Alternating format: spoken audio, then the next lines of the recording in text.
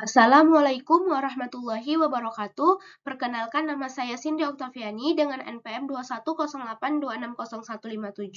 Saya akan menjelaskan mengenai metabolisme dari protein. Nah, sebelumnya, apa yang dimaksud dengan protein? Di mana protein merupakan suatu makromolekul yang kompleks, di mana yang terdapat pada tubuh organisme yang berperan untuk sebagai reseptor pensinyalan sel, enzim, hormon, oksigen, pengangkutan karbon dioksida pada hemoglobin, pembentuk otot, pengikat jaringan, dan masih terdapat fungsi yang lain. Protein ini juga dapat digunakan untuk pertumbuhan serta perbaikan. Nah, selain itu, protein juga berfungsi sebagai sumber bahan bakar dari metabolik. Nah, protein ini tidak disimpan untuk digunakan nanti. Jadi, kelebihan protein harus diubah menjadi glukosa atau trigliserida dan digunakan untuk memasok energi atau membangun cadangan energi.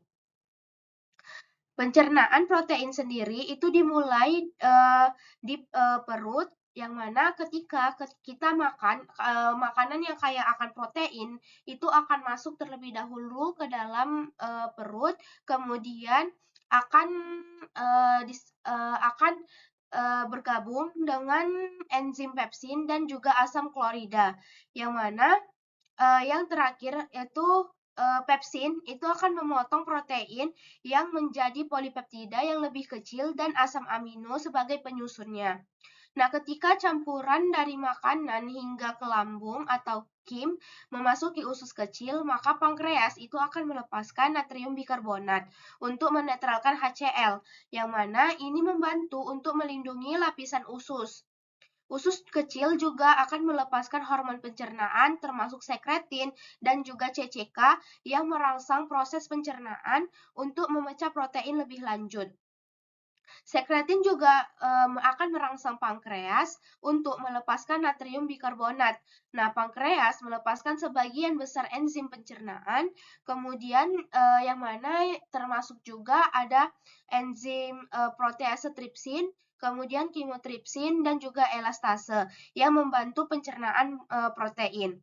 Bersama-sama, semua enzim ini itu akan memecah protein kompleks menjadi asam amino yang lebih kecil, yang kemudian akan diangkut melintasi mukosa usus untuk digunakan sebagai protein yang baru atau diubah menjadi asam lemak, maksud saya menjadi lemak atau asetil-CoA, dan digunakan dalam siklus Krebs.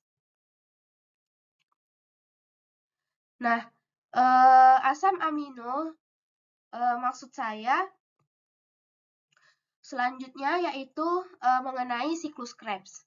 Nah, di mana asam amino itu merupakan komponen terkecil dan terdapat 20 asam amino yang akan melewati di mana fase dari 20 asam amino ini itu berbeda-beda hingga akhirnya akan menjadi sebuah energi.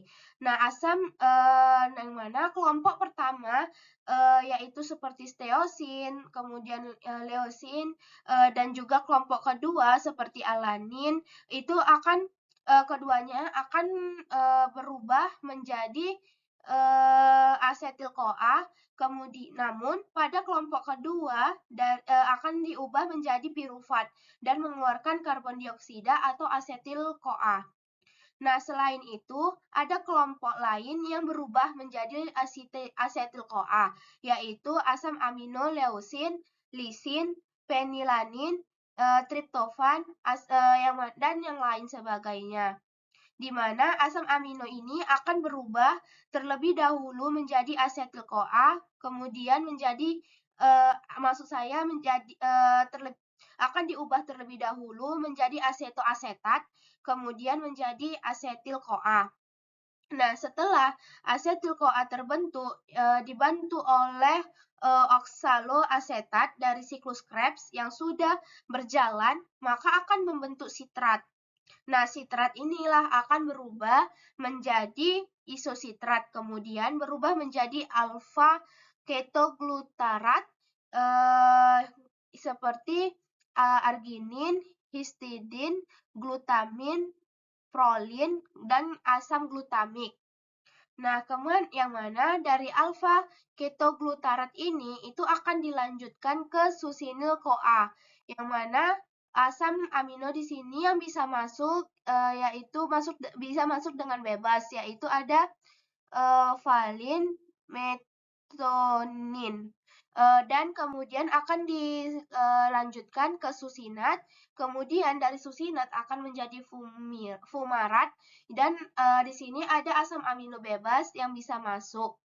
Kemudian dari fumarat itu akan digabung, akan diteruskan menjadi malat, dan dari malat itu akan diteruskan menjadi oksaloasetat.